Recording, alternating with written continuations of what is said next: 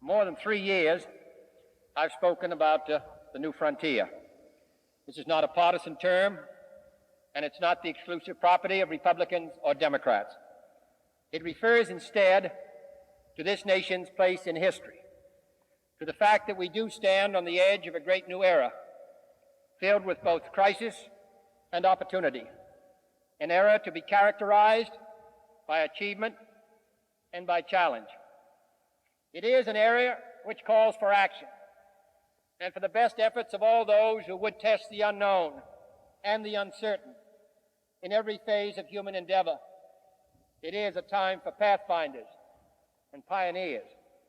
There will be setbacks and frustrations and disappointments.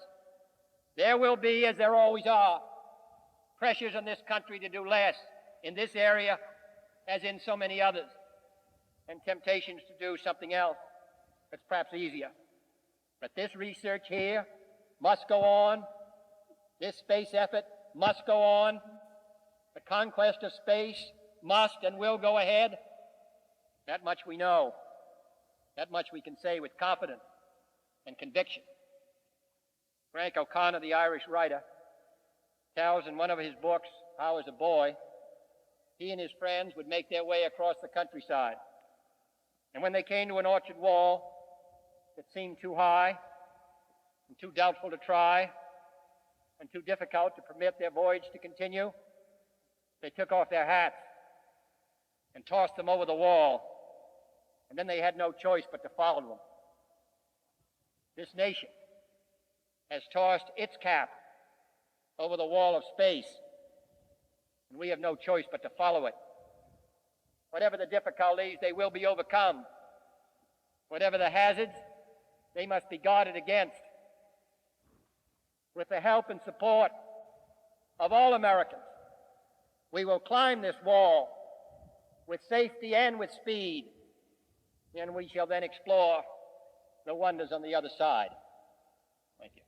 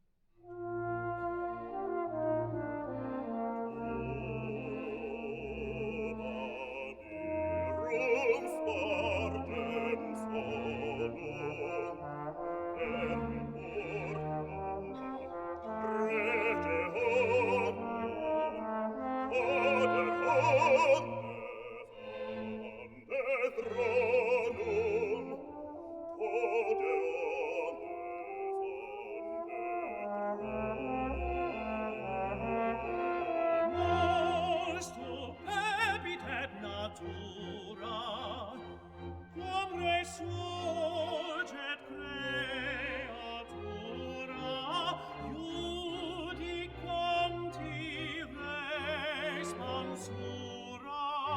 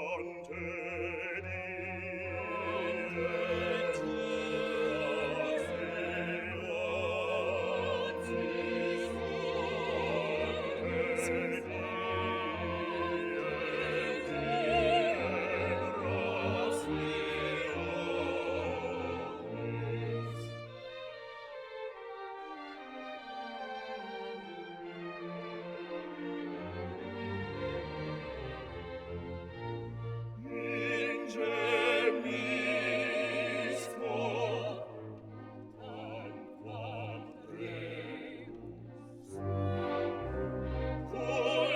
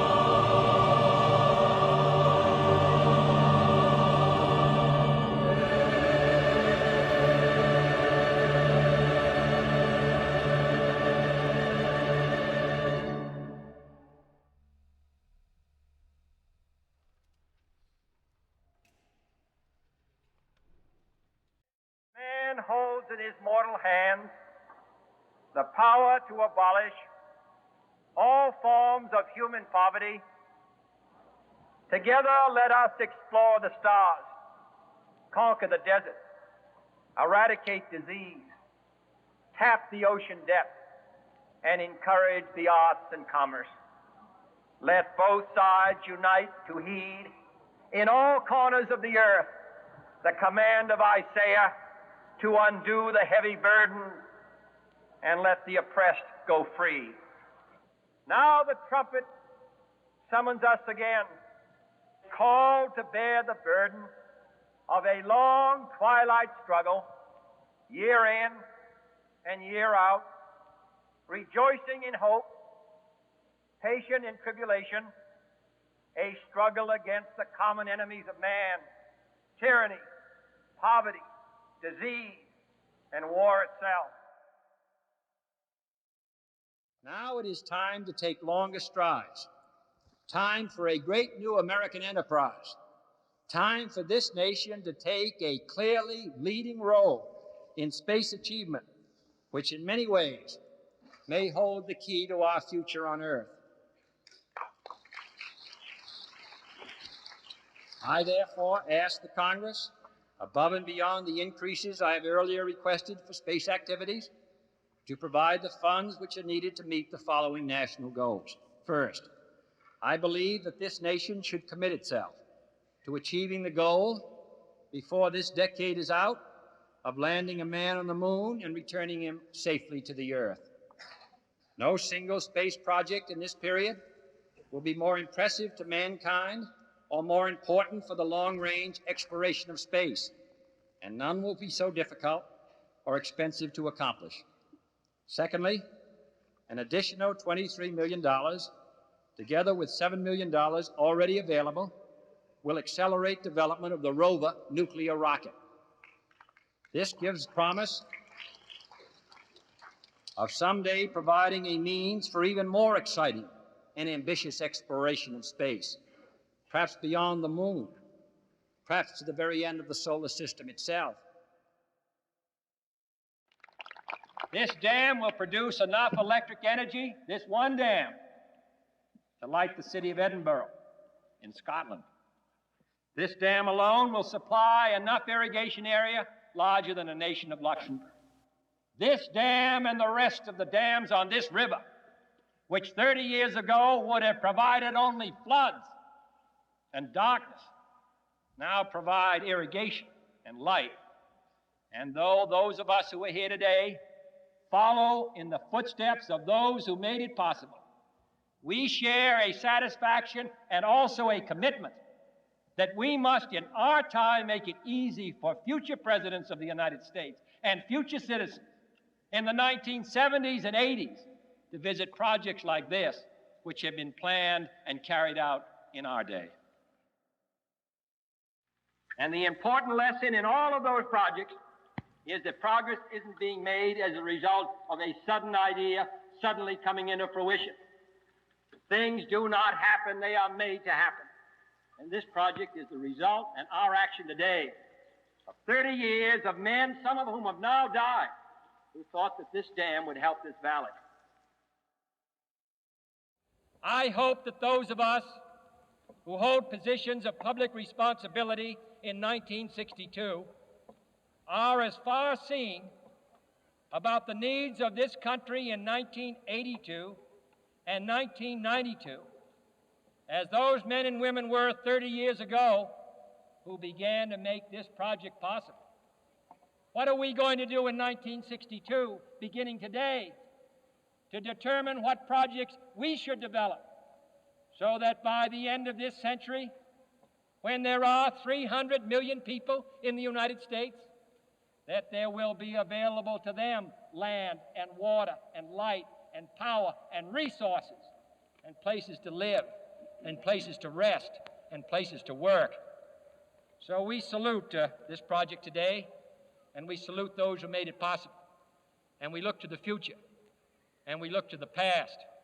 And we commit ourselves in 1962, not only to celebrate this project, but to move ahead in all the other areas, stretching from California to Cape Cod, Massachusetts, in building this country up.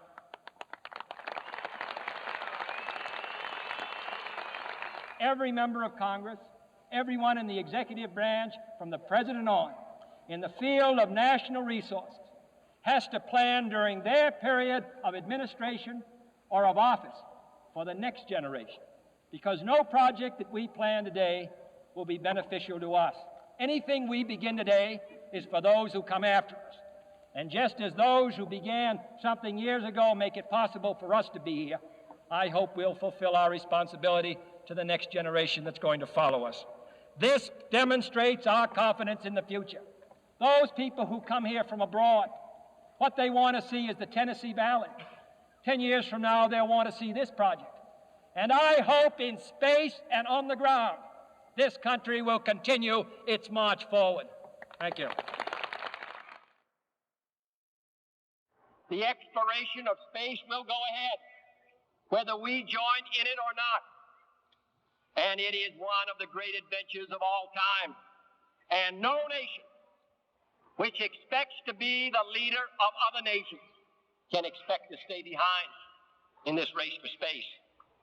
Those who came before us made certain that this country rode the first waves of the Industrial Revolution, the first waves of modern invention, and the first wave of nuclear power.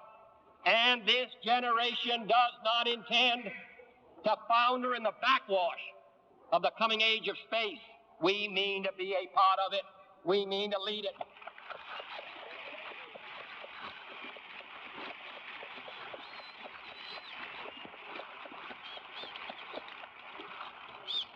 For the eyes of the world now look into space, to the moon, and to the planets beyond. And we have vowed that we shall not see it governed by a hostile flag of conquest, but by a banner of freedom and peace. We have vowed that we shall not see space filled with weapons of mass destruction, but with instruments of knowledge and understanding. Yet the vows of this nation can only be fulfilled if we in this nation are first, and therefore we intend to be first.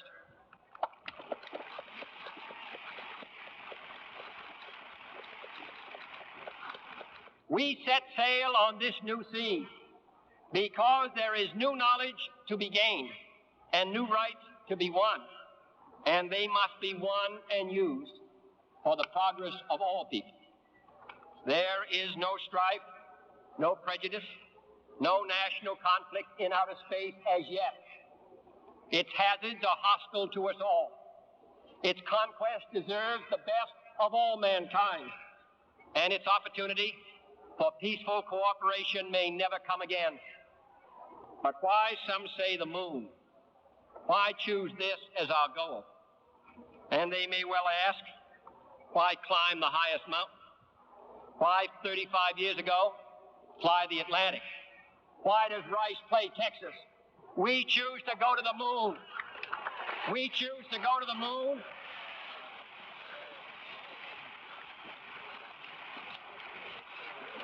We choose to go to the moon in this decade and do the other things, not because they are easy, but because they are hard.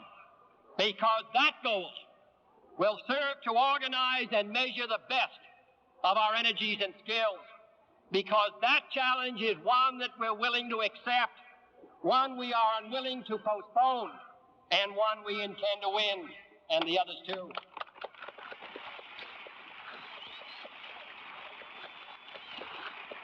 For we have given this program a high national priority, even though I realize that this is, in some measure, an act of faith and vision. For we do not now know what benefits await us. But if I were to say, my fellow citizens, that we shall send to the moon 240,000 miles away from the control station in Houston, a giant rocket more than 300 feet tall, the length of this football field, made of new metal alloys, some of which have not yet been invented, capable of standing heat and stresses, several times more than have ever been experienced, fitted together with a precision better than the finest watch, carrying all the equipment needed for propulsion, guidance, control, communications, food, and survival on an untried mission to an unknown celestial body, and then return it safely to Earth, re-entering the atmosphere at speeds of over 25,000 miles per hour, causing heat about half that on the temperature of the sun, almost as hot as it is here today, and do all this, and do all this, and do it right, and do it first before this decade is out, then we must be bold.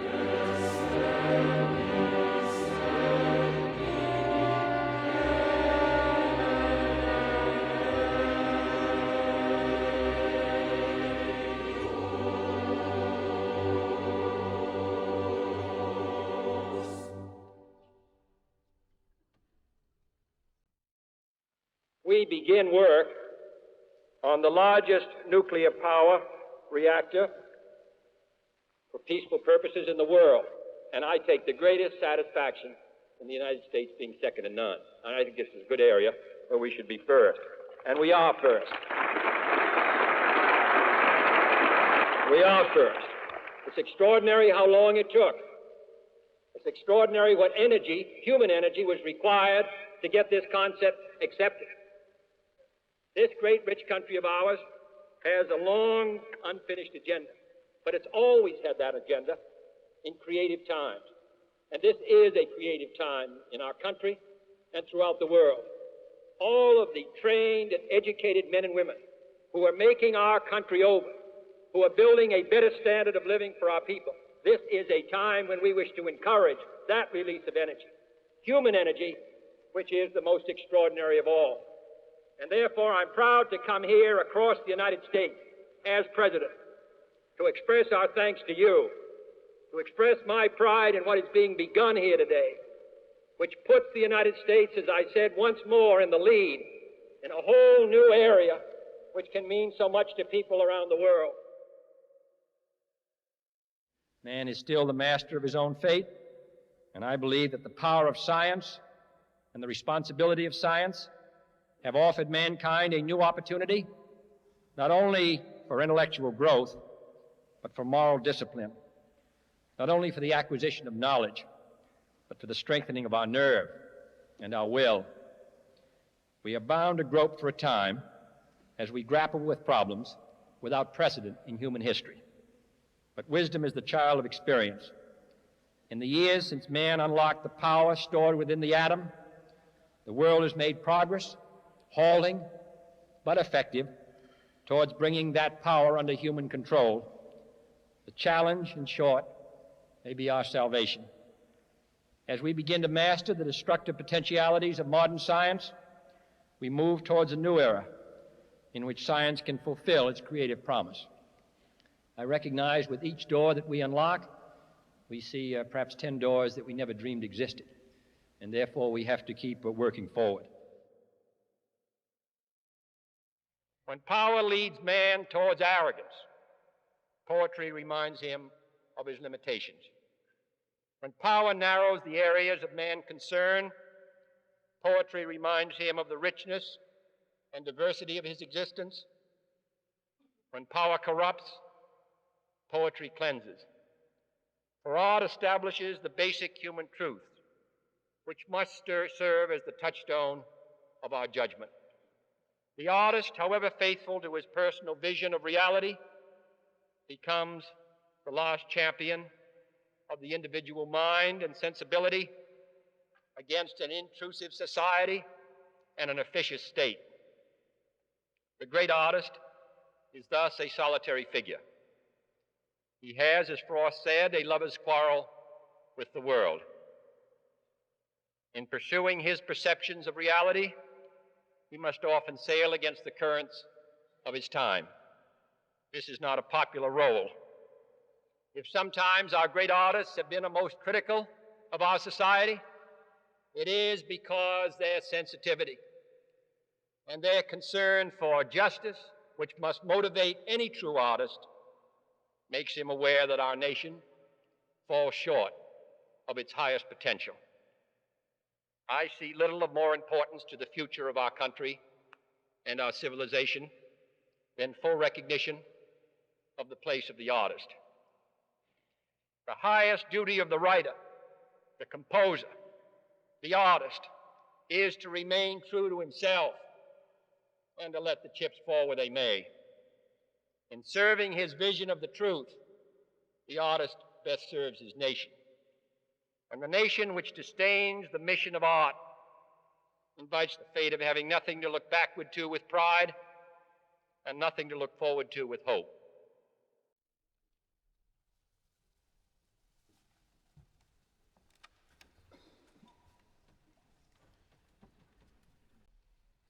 So